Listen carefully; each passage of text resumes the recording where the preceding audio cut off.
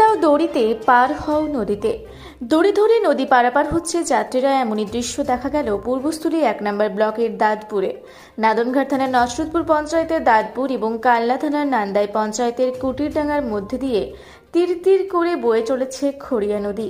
নদীর এপারে রয়েছে নসরতপুর পঞ্চায়েতের দাঁতপুর, নদীর অপর প্রান্তে রয়েছে নান্দাই পঞ্চায়েতের অন্তর্গত কুটিরডাঙ্গা, দুপসা, পারদুপসা, খড়িনান সহ 10টি গ্রাম। এই 10টি গ্রামের মানুষজনের নিত্য প্রয়োজনীয় সমস্ত কিছু, যেমন বাজার ঘাট, ছেলেমেয়েদের পড়াশোনার জন্য স্কুল কলেজ, রেলপথে যাতায়াতের জন্য স্টেশন, এমনকি চিকিৎসার জন্য হাসপাতালে যেতে হলেও নদী পারাপার করতেই হয়। এছাড়াও ওপারের বহু মানুষ দুধের ব্যবসা করেন, তাদের দুধ নিয়ে এপারে আসতেই হয়। নদী পারাপারের জন্য একমাত্র সম্বল বাঁশের তৈরি একটি সেতু, যা দিয়ে খুব সহজেই তারা এপারে আসতে পারেন এবং তাদের নিত্য প্রয়োজনীয় কাজগুলি সেরে নিতে পারেন। নদী পারাপারের জন্য এই বাঁশের তৈরি সেতুটি ছিল অত্যন্ত গুরুত্বপূর্ণ এবং অপরিহার্য। কিন্তু একদিন আগে গভীর রাতে প্রবল জলস্রোত এবং অত্যাধিক কচুরিপানার চাপে এই বাঁশের তৈরি সেতুটি ভেসে চলে যায়। যেহেতু গভীর রাতে ঘটনাটি ঘটেছে, তাই বাঁশের সেতুটিকে ভেসে যাওয়ার হাত থেকে রক্ষা করা যায়নি। সেতুটি ভেসে যাওয়ায় নদীর ওপারে প্রায় 10টি গ্রামের মানুষজন তীব্র সংকটের মধ্যে পড়েছেন।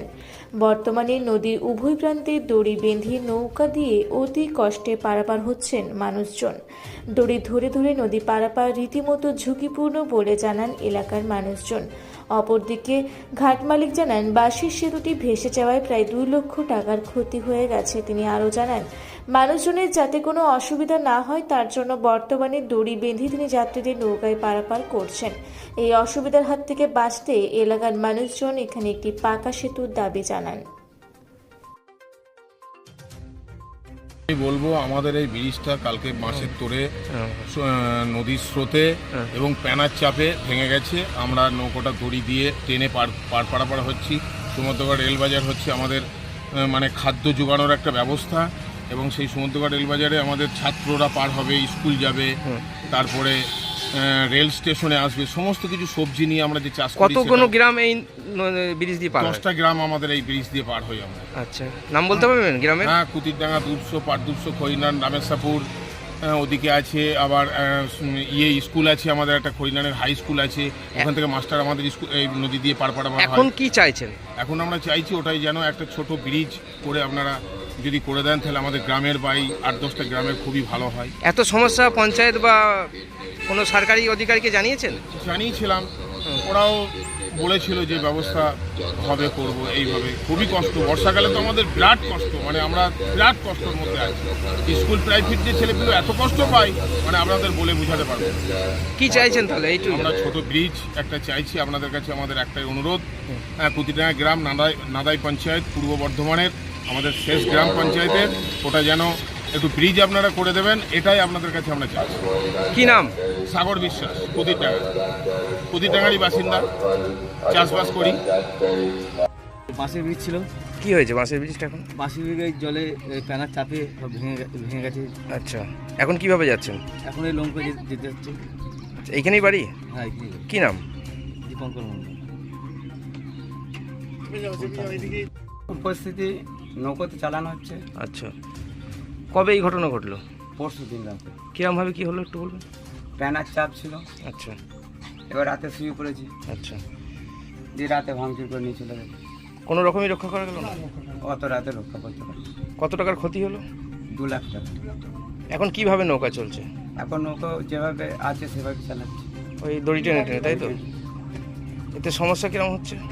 সমস্যা ভালো হচ্ছে, আবার খারাপও হচ্ছে। আচ্ছা, এখানে আপনার নৌকা দিয়ে কত লোক যাতায়াত করে মোটামুটি? কমসে কম না হলেও 1000-এর উপরে। আচ্ছা, স্কুল টিস্কুলের দিকে রয়েছে? হ্যাঁ। আচ্ছা, কি নাম? গণেশ চৌধুরী। আপনি ঘাট মালিক? এটা কোন ঘাট? কুতিরডাঙ্গা ঘাট। হচ্ছে বলতে এখানে বাচ্চারা স্কুল যেতে পারে না, আর এই সমুদ্রগড়ি আমাদের সব। এই বাচ্চারা কোন স্কুলে যায়? এই বাচ্চারা পারলডাঙ্গা, নসরতপুর হাই স্কুল।